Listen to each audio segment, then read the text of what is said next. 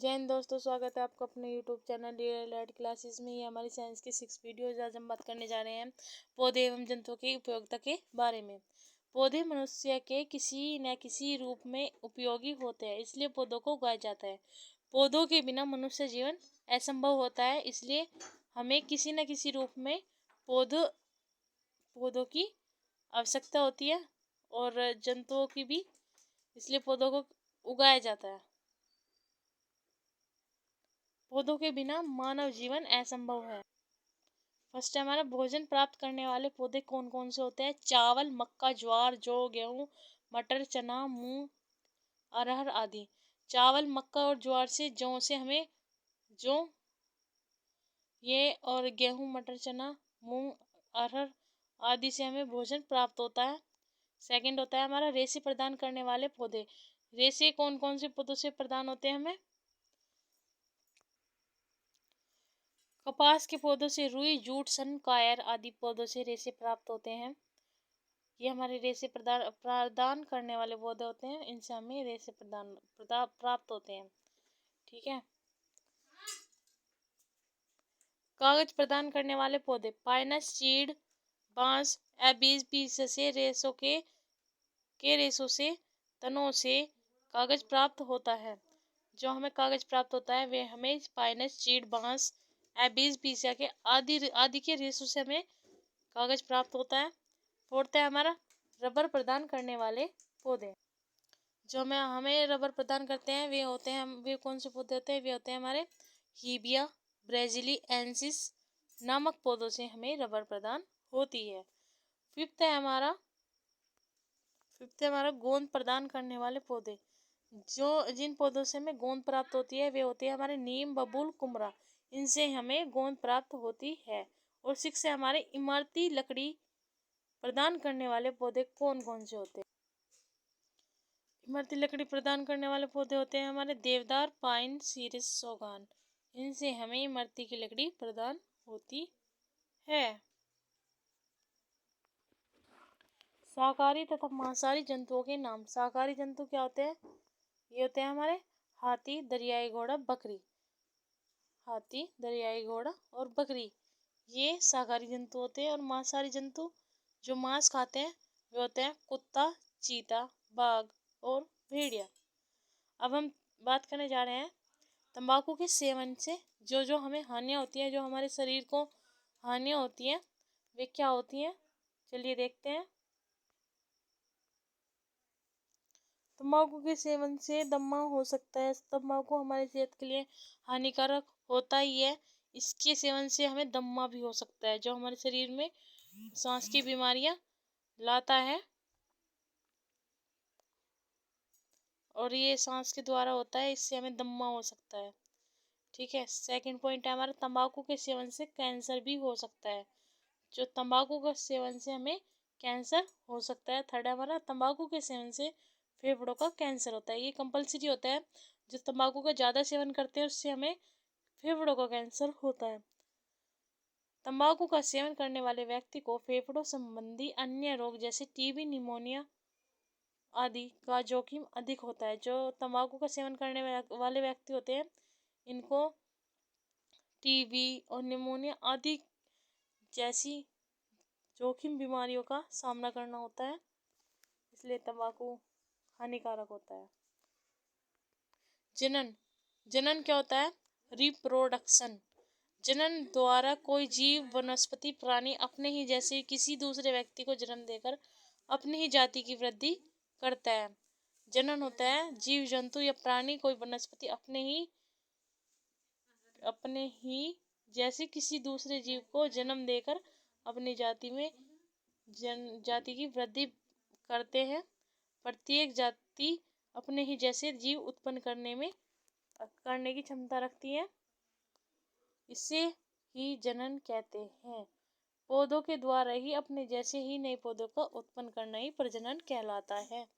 जो जीव जंतु होते हैं जो अपने ही जैसे जीव जंतु का निर्माण करके जन्म देकर जाति की वृद्धि करते हैं उन्हें तो बोलते हैं जनन।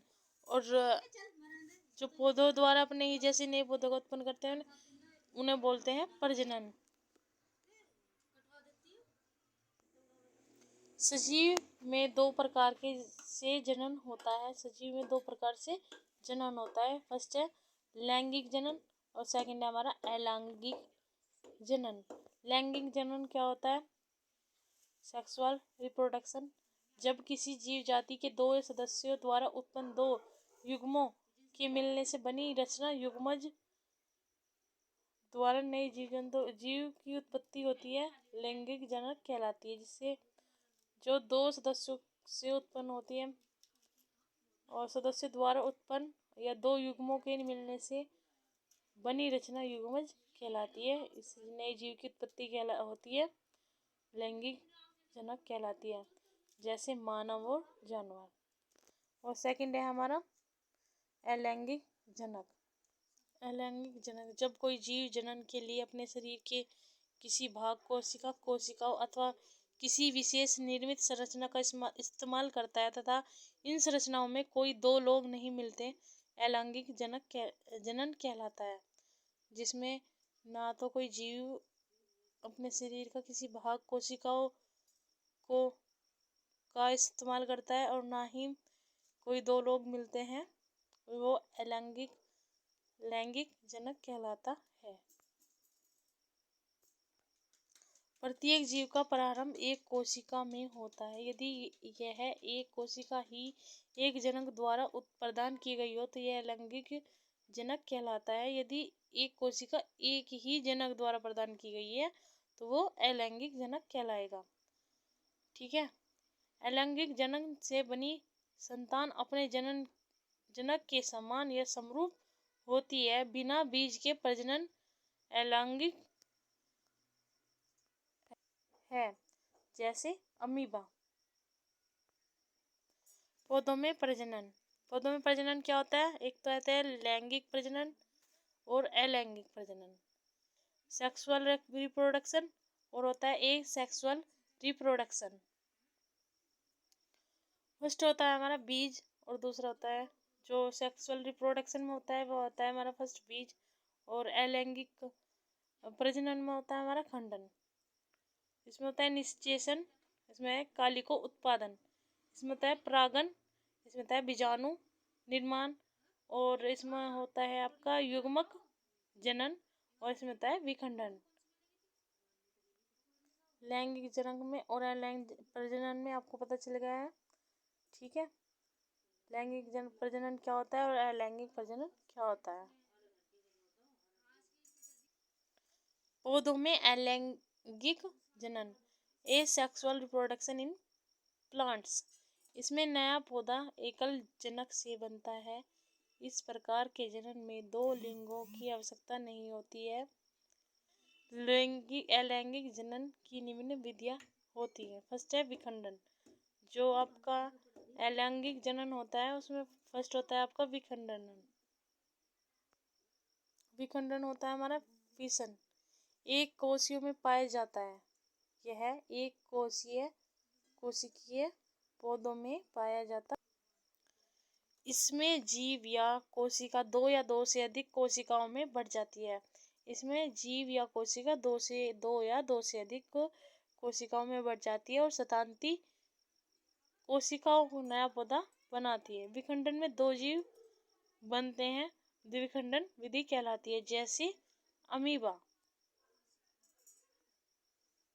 देखिए ये है एसेक्सुअल रिप्रोडक्शन अमीबा। देखिए अमीबा से पहले एक कोशिकीय से दूसरी कोशिका में, और फिर ये दो खंडन विधि बन गई। न्यूक्लियस एंड स्टोप्लाज्मा डिवाइडेड है जेनेटिकली स्मॉलर अमीबा। मुकुलन बुडिंग। मुकुलन में जीव के शरीर का छोटा सा भाग मुकुल बल्ब जैसी संरचना बन जाता है,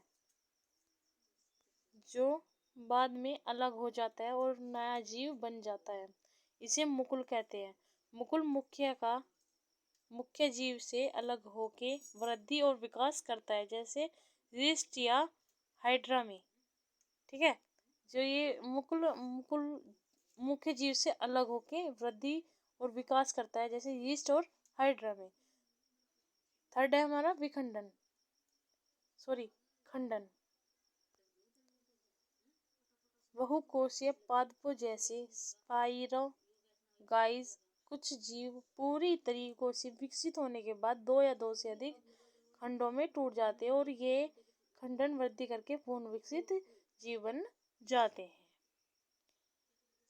4 पॉइंट है हमारा बीजाणुओं द्वारा। ठीक है, बाय स्पार्सिस।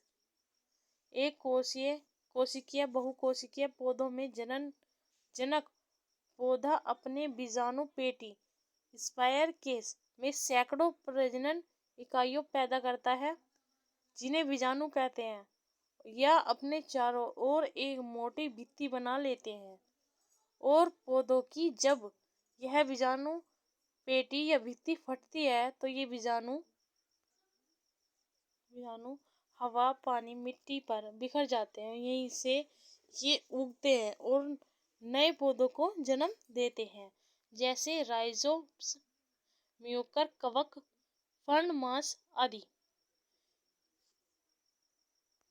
फिफ्थ है हमारा कायिक प्रवर्धन, वेजेटिव रिप्रोडक्शन। जब पौधा अपने कायिक अंगों, पत्तों, तना, जड़, टहनी से नए पौधों को जन्म देता है तो इसे अलैंगिक प्रजनन कहते हैं।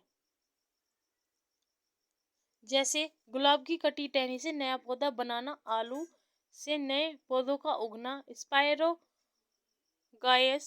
में खंडन, यीस्ट ब्रेड बनाने में प्रयुक्त होने वाली में मुकुलन, आलू और शकरकंद के पौधों का कायिक प्रवर्धन, बाइलोफाइल्म की पत्तियों के किनारों से छोटे पौधों का निकलना। ये होता है हमारा वेजेटिव रिप्रोडक्शन, कायिक प्रवर्धन। देखिए ये होता है नया पादप, इस तरह से होता है इसका कायिक प्रवर्धन का जो रिप्रोडक्शन होता है वो ऐसे होता है। कलम लगाना, पौधों की कलम काटकर नम मिट्टी में लगा देते हैं, इसमें जड़ी निकलती है और बाद में वृद्धि करके एक नया पौधा बन जाता है, जैसे गुलाब, गन्ना, कैक्टस, अनानास। ठीक है, सेकंड है हमारा दाव कलम। इसमें किसी पौधों की शाखा को झुकाकर नम मिट्टी में दबा देते हैं, कुछ दिन बाद इसमें जड़ निकल आती है और नया पौधा बन जाता है, जैसे चमेली का नया पौधा। ये हमारी दो तरह से बताई है मैंने। कलम एक तो काट कर लगाई जाती है और एक पौधे की शाखा को झुकाकर लगाई जाती है। तो जो कलम होती है, एक कलम लगाना होता है वो जैसे गुलाब की कलम लगाते हैं उसे काट के लगाते हैं, और जो दाऊ कलम होती है उसे झुकाकर मिट्टी में दबा देते हैं। ठीक है, चमेली का नया पौधा होता है